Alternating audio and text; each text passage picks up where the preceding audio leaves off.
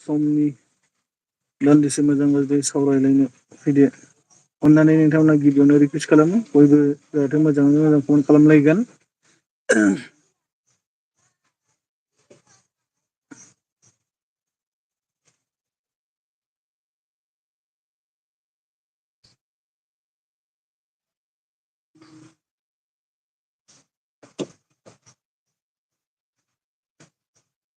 आंनि मोनाबिलिनि बे लाइभ स्ट्रिमाव नोंथांमोनखौ आङो गोसो गोरबोजों बरायनानै लानाय जायो। जाय बिथांमोना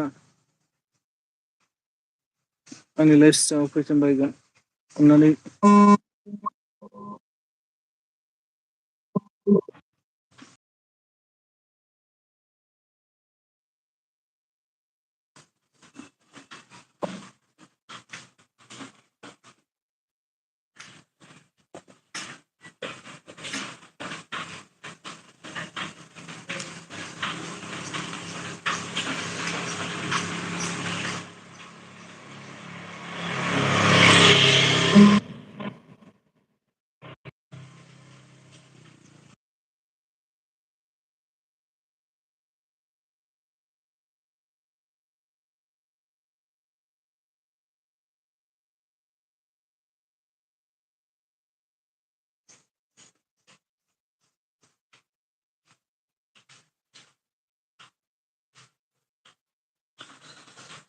फैदो लोगोफोर दान्दिसे सम मोनाबिलि समाव दसे नोंथांमोनजों सावरायनानै लाइभ होदोंमोन फेस लाइभ।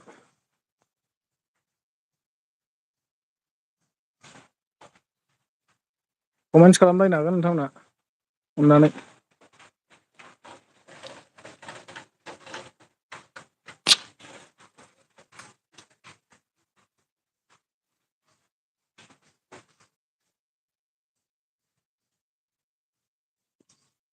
कमेन्ट खालामदो दे लोगोफोर अननानै जाय जाय आंनि लाइफआव जयनिं जादों जाय बिथांमोनहा लाइभ नायदों।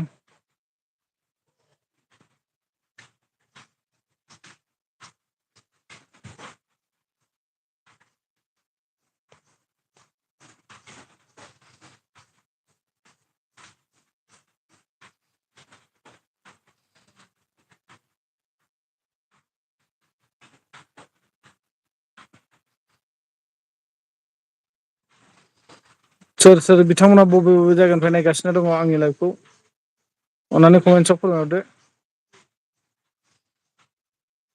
बोरै बोरै दं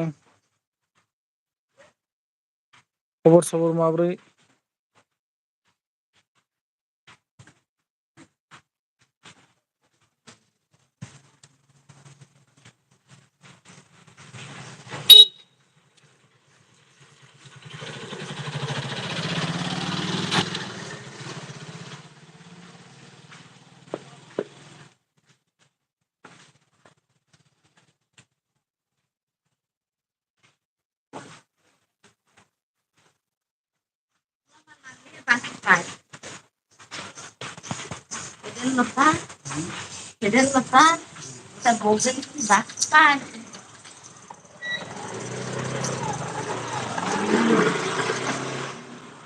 माथो रावबो गैयालै हारसिं नो लावदुम दुम दं रावबो गैयाथारो कमेन्ट खालामाखै कमेन्ट होआखै रावबो।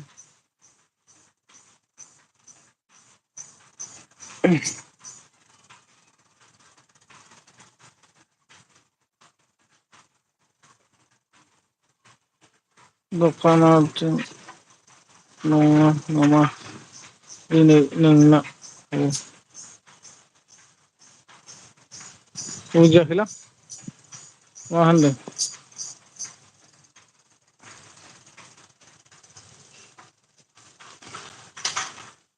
दखाना थिग नङा नामा? राव बिदिनो होननायानो जाहैबाय। कास्ट'मार गैया कास्ट'मार दङ माने जिरायनानै थाफैग्राफोर दङ होननायसो आरो। सावरायनो गोसो गैया खोमा? अननानै कमेन्ट खालामबा मोजां जागौमोन बिथांमोनहा सोर सोर दङ। सोर सोर बबे बबेनिफ्राय नायगासिनो दङ।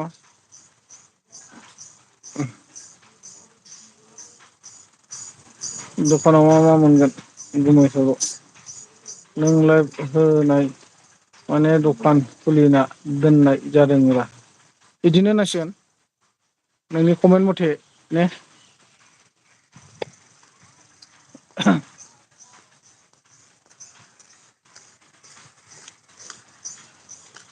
दा रावबो कमेन्ट होबालाय माथो खालामनो अननानै नायदों बेखौनो धन्यबाद बेस्थ' गोजाबो जानो हानाय किसुमान माने जयनिं जानानैल' थानो हायोना बेस्थ'नि थाखाय कमेन्टबो होनो हाया जायो आरो मा सावरायगोन मा मागोन बेफोरबायदिबो सानो ना नङा लोगोफोर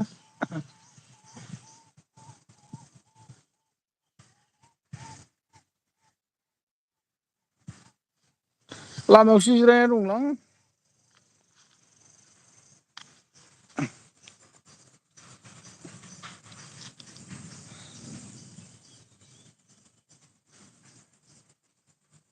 WTF फानहर जालायोना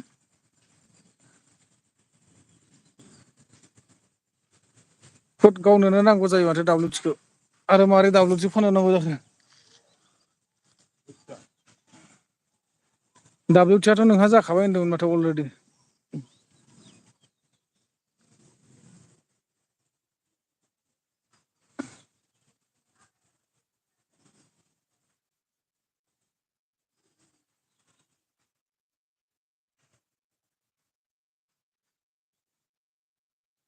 सापर्ट खालामदो दे लोगोफोर अननानै कमेन्टस होदो रायज्लायनोसै एसे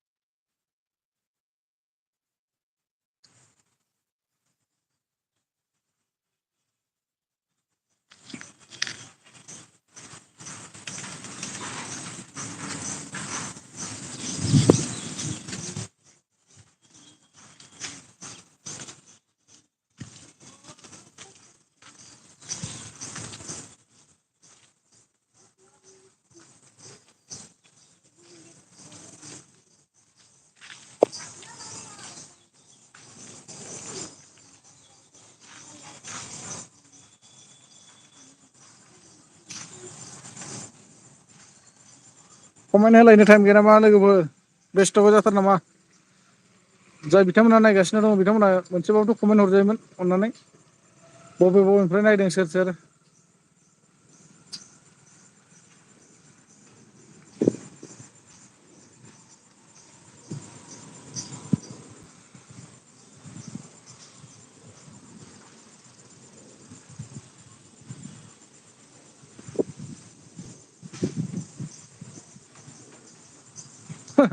फैयोलै फैनायालाय नायग्रा फैयो रायलाया कमेन्टसो होआ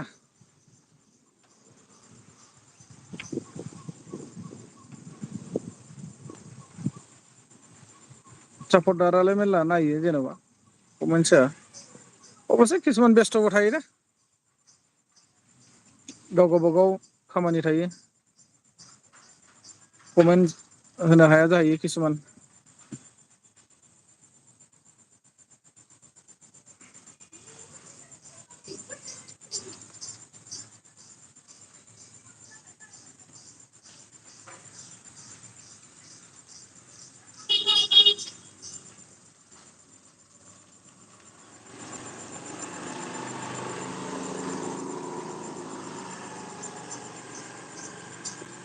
बिसोर कमेन्ट लिरनो रोङा खोमा बिदिनो थासिगोन सोरबा रोंनायबो थागोन सोरबा रोङैबो थागोन माथो होनबावनो आरोलाय गासिबोथ' रोंजोबो बेबो नङा सोरबा बायदिया बेस्राफोर किसुमान न'खरनि भेमेजालफ्राव न'खरनि हायैफ्राव माने गारांअ बो लिरनो रोङैफोरबो थायो सिनाय मोनैबो थायो माथो होनबावनो आरोलाय गासिबो खाफालनि खोथासै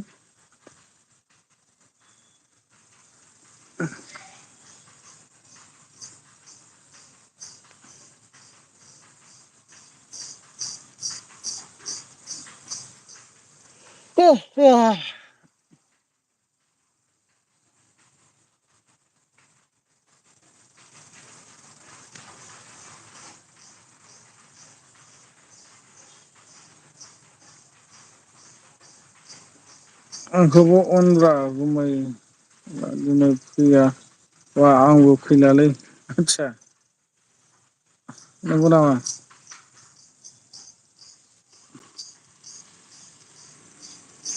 दे अननानै सोर सोर बिथांमोना आंनि लाइभआव नायगासिनो दङ कमेन्ट होनो टाइम गैयाबाबो लाइकखौ होलांदो दे रिकुइस्ट खालामबाय आं नोंथांमोनखौ।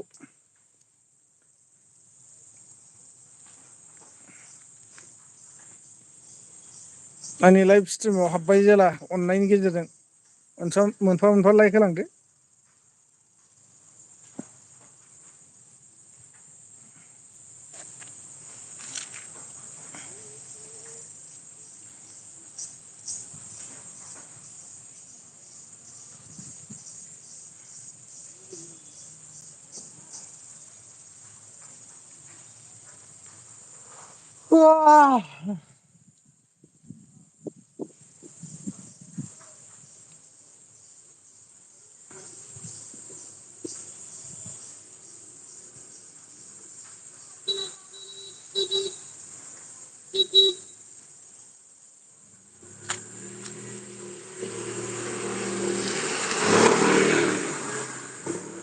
कमेन्ट हरला नामा लोगोफोर रावबो?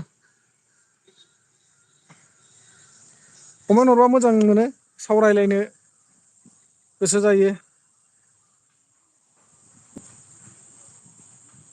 मोजां गाज्रि खबर लालायनांगौ कमेन्टनि गेजेरजोंबो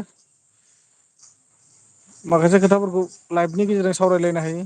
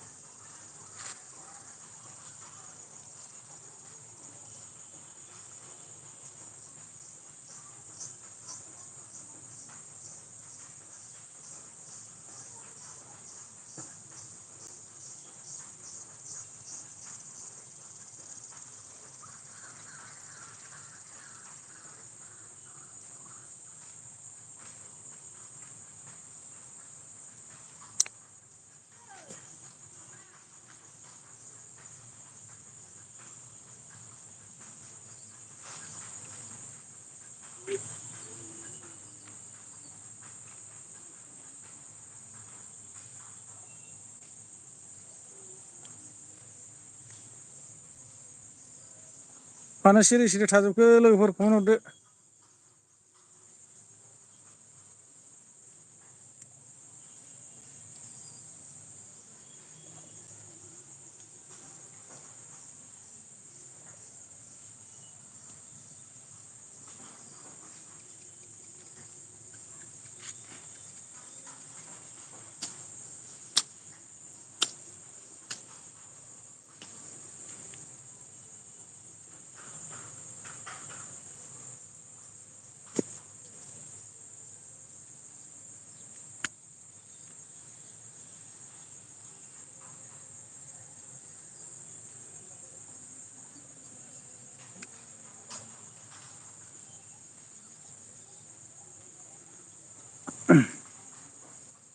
सोर सोर दङ देलाय कमेन्ट हरलाय अननानै साबा सोर सोर दंबावो एटेन्ड जानानै बेस्थ'ब्ला बेस्थ' होननानै खिथाहर दे जेबो नङा।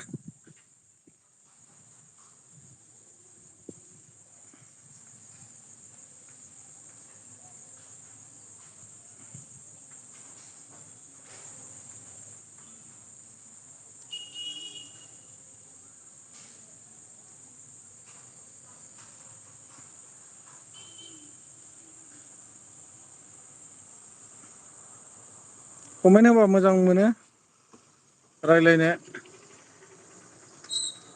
दा हालबाय फैदों हाय हेल' हेल' हालबाय।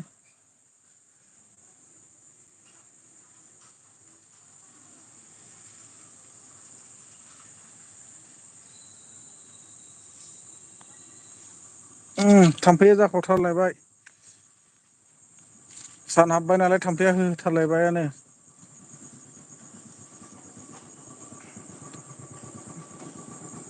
हालबाय मा खबर आदा मोजां मोजां खबरा नोंनालाय फंबाय माबोरै दं खबर सबर आरो बहानिफ्राय नायदों फंबाय आंनि एलबिखौ मा जायगानिफ्राय गोजोननाय थाबाय फंबाय आंनि एलबिआव नुजाफैनो हानायनि थाखाय रोजा रोजा साबायखर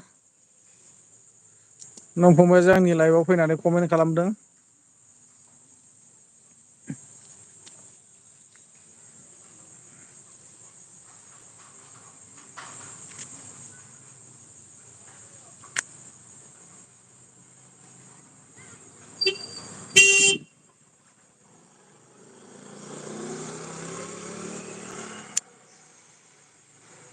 हालबाय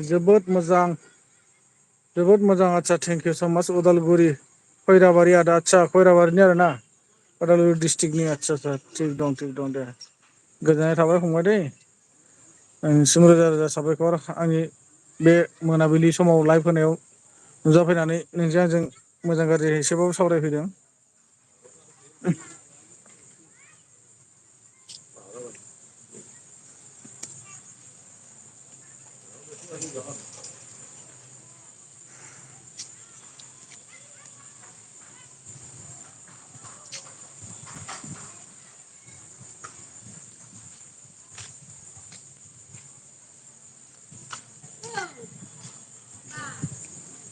आदाया मा होनखो बहानि होनदोंमोन नामा अ आखरा एसे गोरोन्थि जाबाय खोमा ना जेबो नङा आंखौ बहानि होनना सोंदों खोमा ना आङो सनितपुर धेकियाजुलिनि दे फंबाय फंबायसो जाखोना नानिसो जाखोथाय अ होनदों सनितपुर धेकियाजुलिनि आं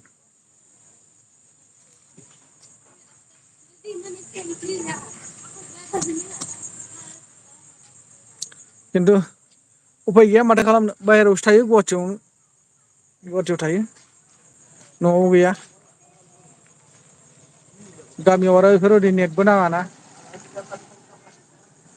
गामियाव थांबाथाय बिराद सिन्था जानो गोनां जायो नेटनि थाखाय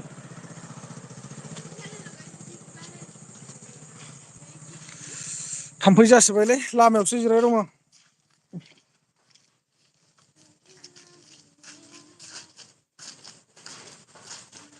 अ आदा होनदों फंबाय नों फंबायसो जाखोना बिनानावसो जाखोबा हमनो हायासै आङो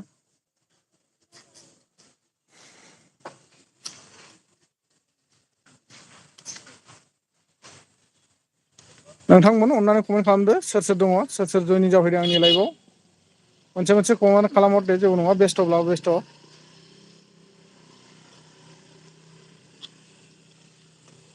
फंबाय आदा आदसा थेंक इउ गोजोननाय थाबाय सोंनायनि फिननायखौ हरनायनि थाखाय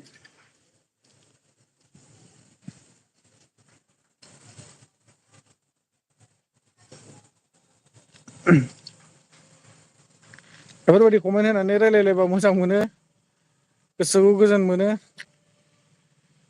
दा गोबां मानसियानो फैदोंमोन दहाय नाथाय रावबो कमेन्ट होदिया ओरैनो थांजोबनाय जाबाय बिथांमोनहा बेस्थ'आवबो दंमोन जानो हागौ बेखायनो कमेन्ट होनो हायाखैदां जेबो नङा सम लानानै मानसिफ्रा गोबां समनि आंखाल थाखायो नुजानो हाब्लाबो माने सावरायनो हाया जायो कमेन्ट समेन्ट होनो हाया जायो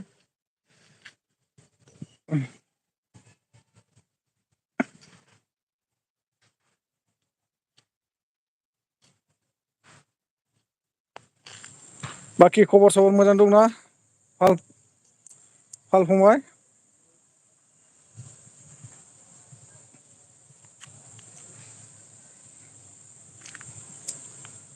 उदालगुरि खैराबारिथिं माब्रै सोलिगासिनो दङ खबर सबर एरियाफ्रा जायगाफ्रा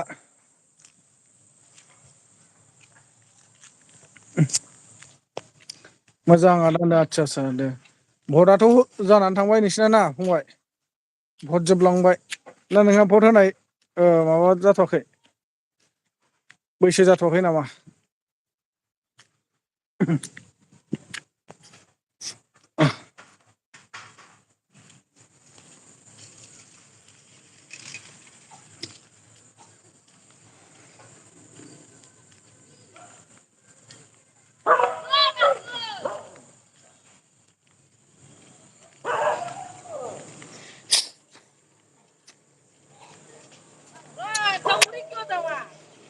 अ आदा जाय जाय आंना 27 इयार्स आदसा आदसा 27 ना दे गोजोननाय थाबाय होमबा भट होनो मोनबाय आरोना नोंहा होखांबाय 26 थारिखआव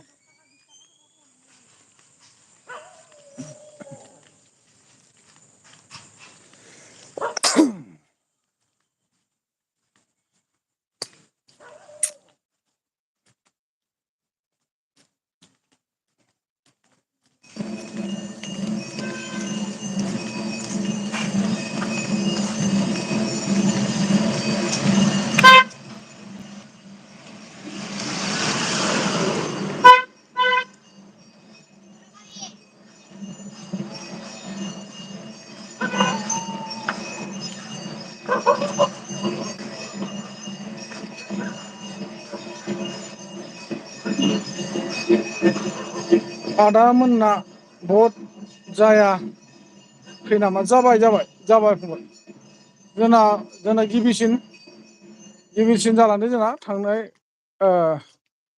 माने नै एप्रिल मासनि माबायाव जादों जोंना 19आव 19 थारिखआव नोंसिना 26 थारिखआव जाबाय आरो दंबावो मे मासनि 7 थारिखआव क'क्राझार धुबुरि गुवाहाटि बेफोर दंबावो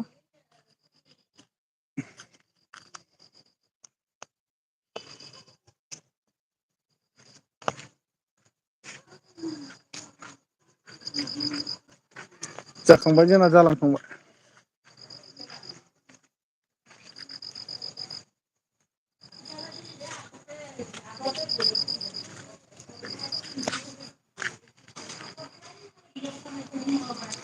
मोनाबायबो माथो फंबाय दोननोसै नामा रावबो गैला नोंल'सै उनाव लोगो मोनलायफिनसिगोन सम मोनोब्ला बिदिनो फैबानो जाबाय गेजेर गेजेर भिडिअ'फोरखौथ' नायखायो जानांगौ फंबाया आंनि भिडिअ' होनायफोरखौ जोंना खोमसि जोब्बाय आदा खोमसिया फै नामा होनदों खोमसिबाय जोंनाबो माने लाइन दंजोबो नालाय लामा लामा कारेन्ट दं नालाय बेखायनो माने स्रां नुदों आरो नङाबाथ' दालाय खोमसिसो नुथारसै खोमसिबाय गामियारियाव बांसिन खोमसि नुथारो माने कारेन्टफोराबो एसे प्रब्लेम नालाय नङा होमबा बेफोरथिं माने नै दा आं थाबाय थानायानोसोर आंखौ नुनाया माने ओरैनो नुवाखै बेयाव सलार लाइट खुन्थिया दङ बेखायनो नुदों माने नै बे सलार लाइट